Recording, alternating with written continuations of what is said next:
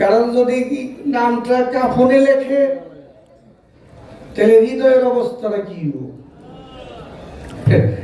তাহলে নামটাকে আসলে কাফনে লিখবো না হৃদয়ের মধ্যে লিখবো, এই বিষয়টা একটু জানার বিষয়।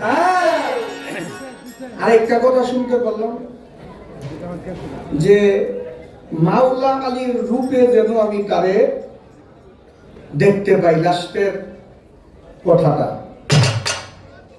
তো মাওলা আলীর রূপে যদি তুমি তারে দেখো তাহলে তোমার গুরুর অবস্থাটা কি, ওই রূপটা কই থাকবে? কারণ মাওলা আলীকে কিন্তু আমরা চর্মচক্ষু দিয়ে দেখি নাই, দেখছি? দেখি নাই। আমরা দেখেছি যার কাছে আমরা বায়াত নিয়েছি, যিনি আমাদের মুর্শিদ, যিনি আমাদের গুরু, তার হাতে হাত দিছি, সে আমাদেরকে মাওলা আলীর কাছে পৌঁছাই দিবে, নবীর কাছে পৌঁছাই দিবে, আল্লাহর কাছে পৌঁছাই দিবে। কারণ একমাত্র পৌঁছানোর পথ প্রদর্শক হচ্ছে গুরু।